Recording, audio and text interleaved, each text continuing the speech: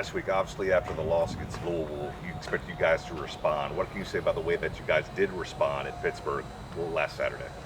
Well, yeah, speaking about the Louisville game, obviously it was a tough loss for us. We were all in a way not mad, but wanted to prove that we are a good team. And I think we showed that versus Pittsburgh, going in knowing it was going to be a difficult venue, fans, a difficult team to play in, a difficult field.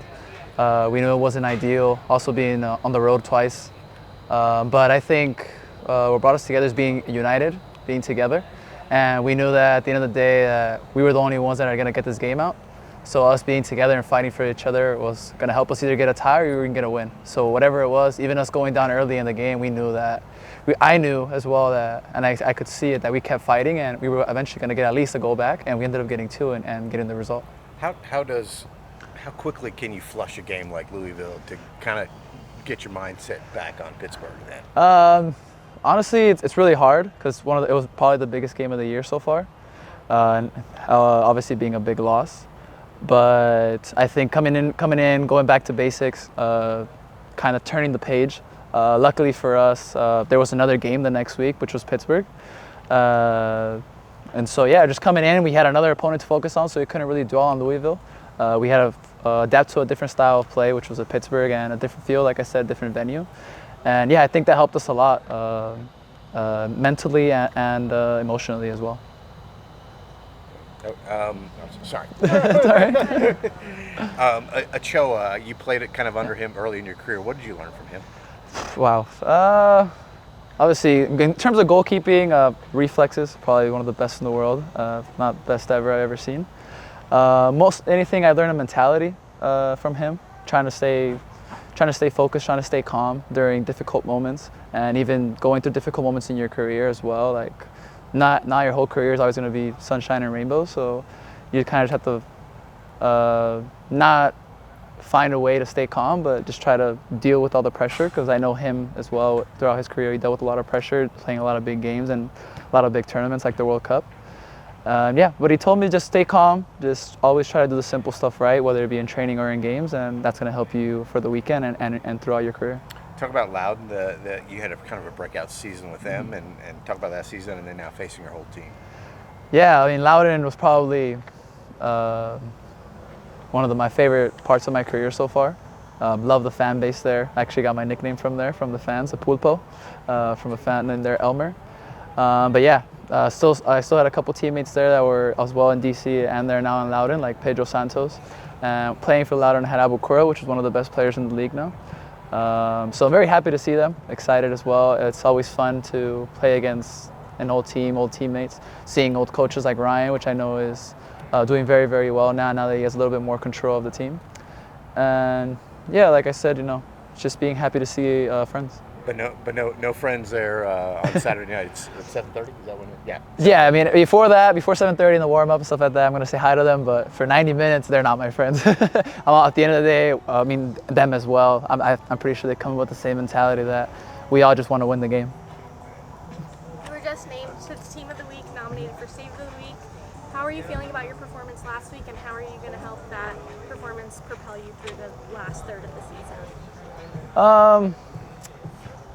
I mean, obviously it was a good performance, being honest. Like, had a lot of crosses to claim, a lot of aerial duels.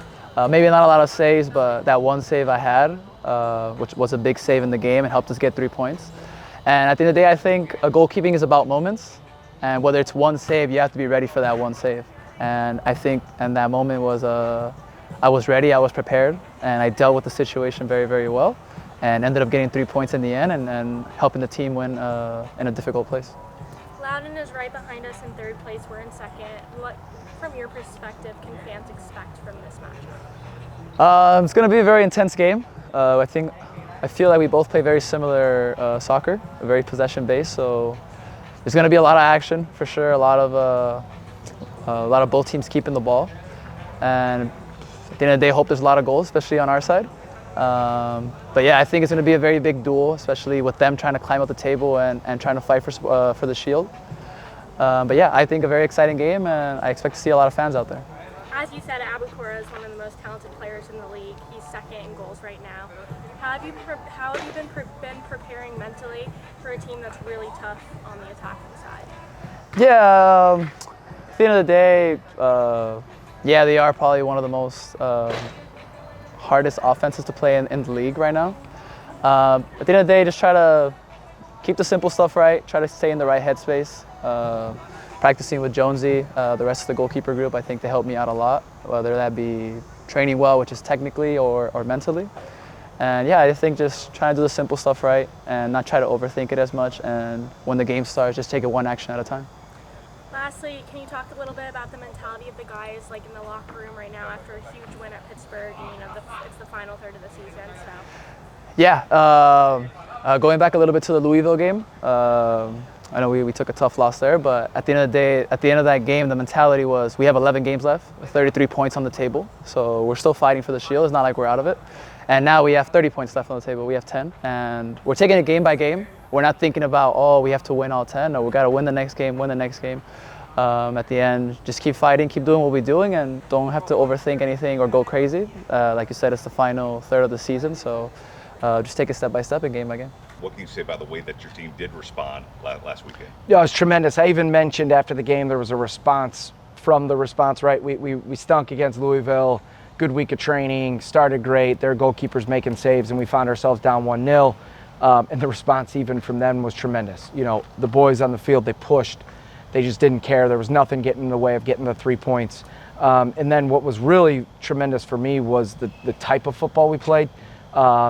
Pittsburgh, over the last 3 years, us, Louisville, and Pittsburgh have been by far and away #1 teams at home.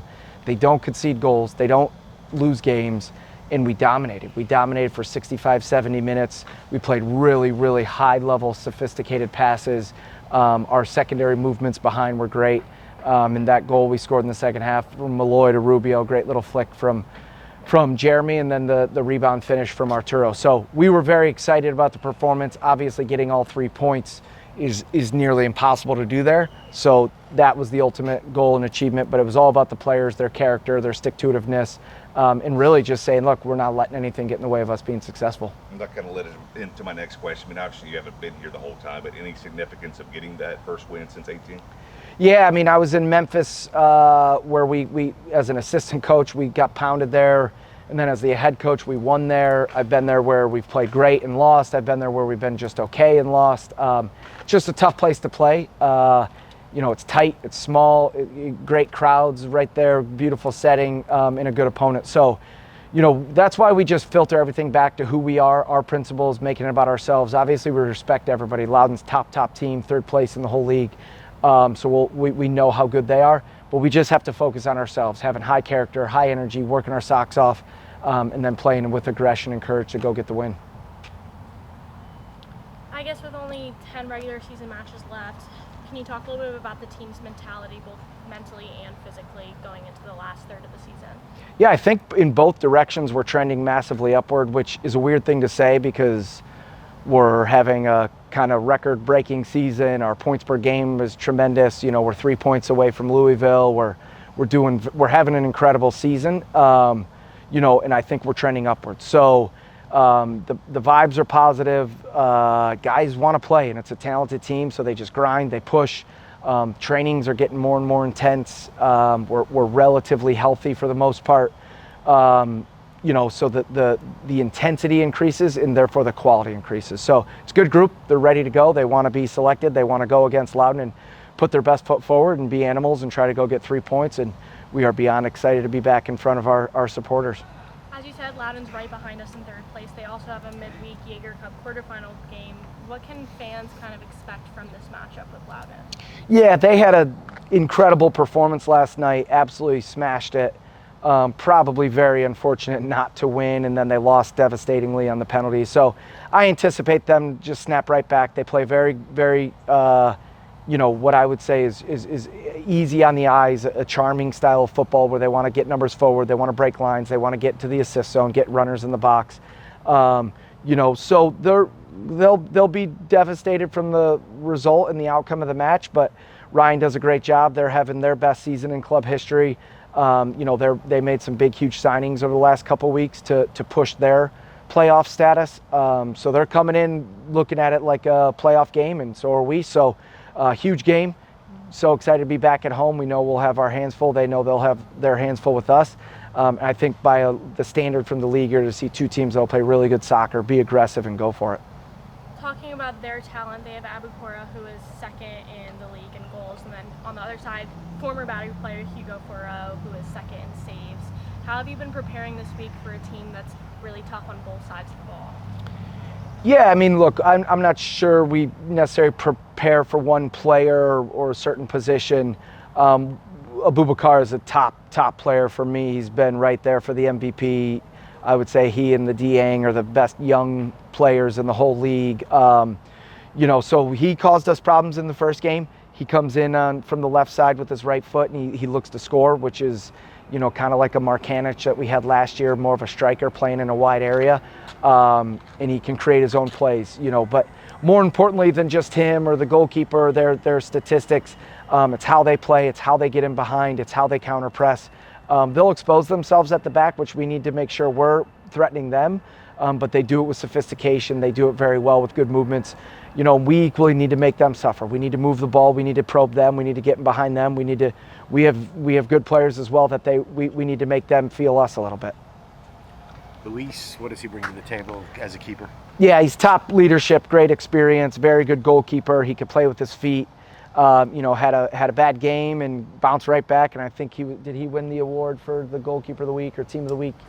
Team. Yeah, we had a stinker week, and who cares? It was one game. We had 11 left, and we went to Pittsburgh and won, and Luis was a massive part of that. I think he got the award for the player of the week type thing. So for me, between Christian, Dan's coming back from injury, our coach Brian, goalkeeping something that's about the most important position on the field, and I go to sleep every night not thinking about our goalkeepers.